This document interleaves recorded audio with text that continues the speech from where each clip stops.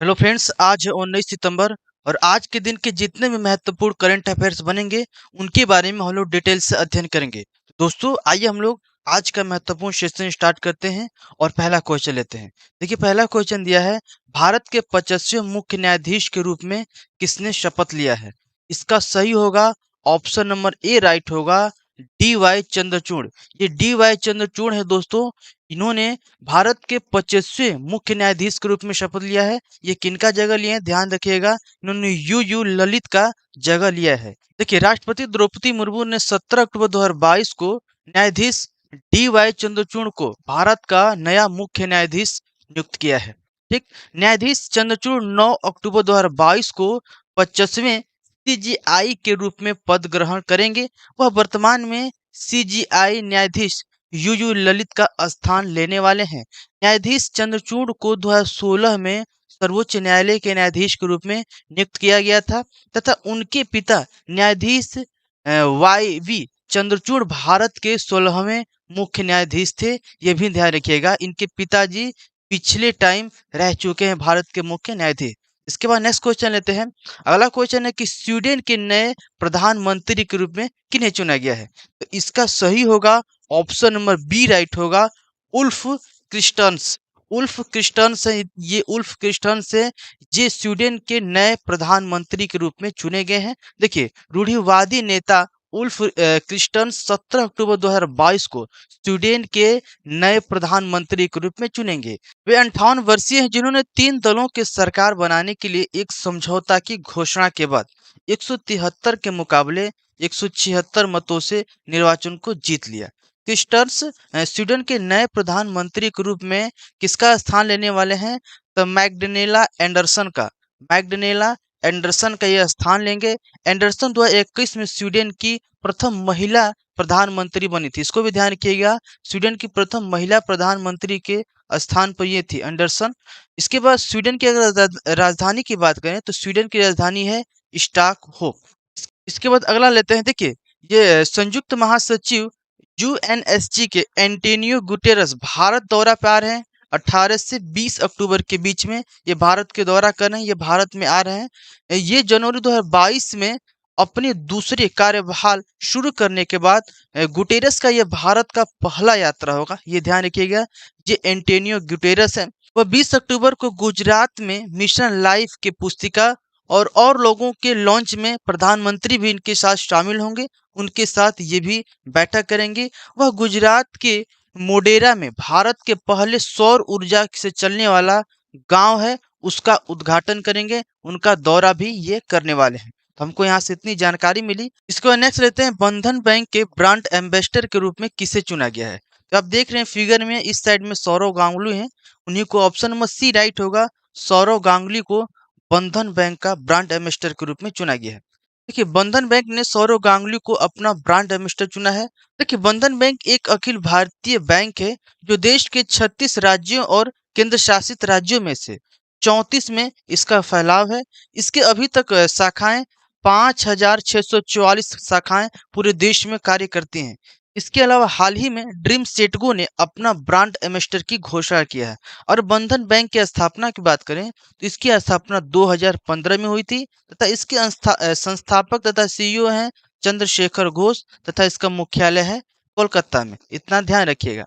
इसके बाद नेक्स्ट लेते हैं, मोस्ट इंपोर्टेंट क्वेश्चन है, इसको ध्यान रखिएगा। 2022 का बुकर पुरस्कार किसने जीता है?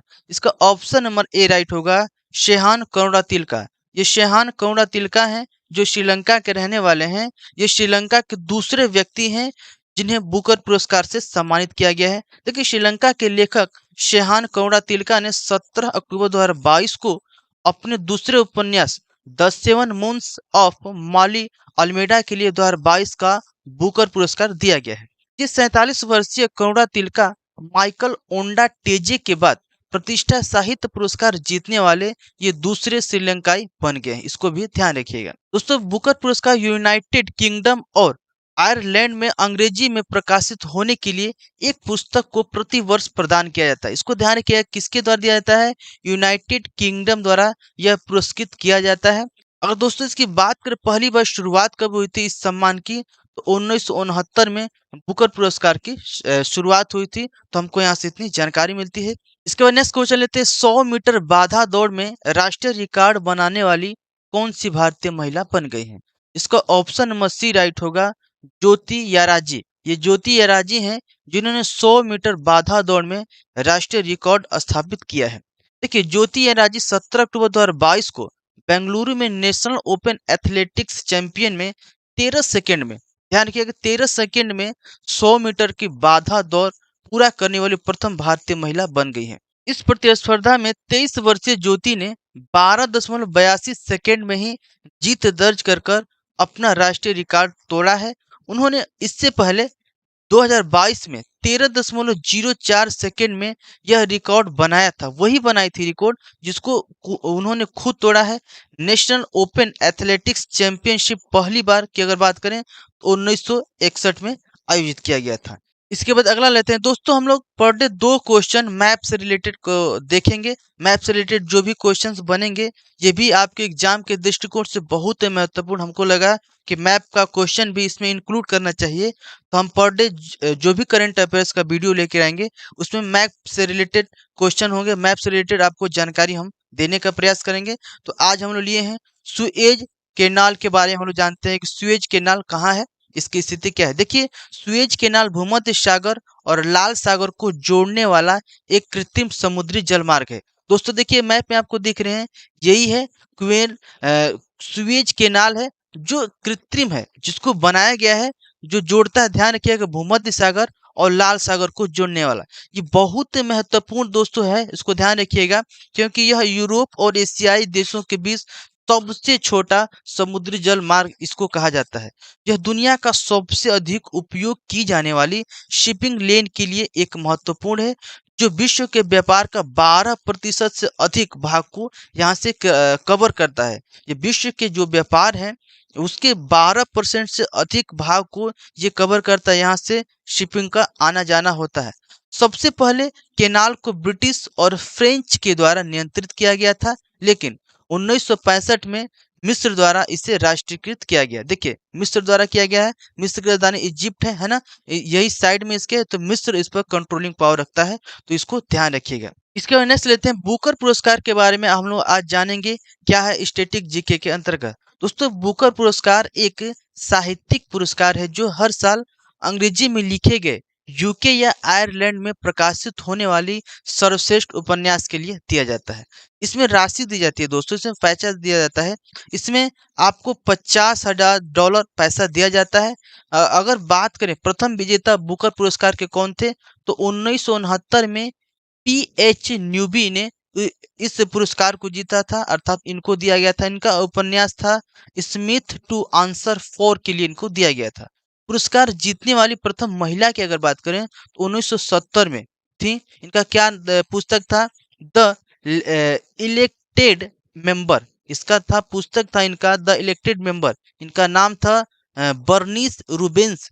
इन्होंने पुरस्कार इनको दिया गया था। प्रथम महिला थी बर्निस रूबेंस थी। देखिए, वीएस न्यायपाल 1971 में बुकर पुरस्कार जीतने वाला प्रथम भारतीय मूल के व्यक्ति बने थे। तो हमको यहाँ से इतनी जानकारी मिली। इसके बाद नेक्स्ट लेते हैं दोस्तों, आज हम लोग दूसरे स्टैटिक जीके के अंतर्गत जानेंगे पीएम किसान योजना क्या है, पीएम किसान निधि योजना क्या है। देखिए, इस योजना के उद्देश्य दोस्तों अगर बात करें तो छोटे एवं सीमांत किसानों के विभिन्न आदानों की खरीद के लिए वित्तीय जरूरतों को पूरा करने के लिए यह एक आंशिक सहयोग दी जाती है, जिसमें उसको प्रत्येक किस्त में 2,000 रुपये की सहायता राशि दी जाती है। इसे कृषि एवं किसान कल्याण मंत्रालय द्वारा क्रियान्वित किया जाता है, अर्थात इसको कंट्रोलिंग किया जाता है। इस योजना के तहत केंद्र सरकार 3 समान किस्तों में 6,000 रुपये का वितरण करती है। पीएम किसान मोबाइल ऐप को राष्ट्रीय सूचना विज्ञान और मैट्री द्वारा इसे विकसित किया गया है, इसके चलाया जाता है। अगर इसकी लॉन्च की बात करें कि पीएम किसान निधि योजना की शुरुआत कब हुई थी, इसकी शुरुआत हुई थी 2019 में पीएम मोदी द्वारा किया गया था। तो दोस्तों, हम आशा करेंगे कि आज के वीडियो में जो भी हम क्वेश्चन लिए हैं आपको समझाने का कोशिश किए हैं, आपको अच्छे प्रकार से समझ में आए होंगे। तो दोस्तों, आज की वीडियो में बस इतना ही। मिलेंगे कल के नई रोचक घटनाओं के साथ, तब तक के लिए जय हिंद।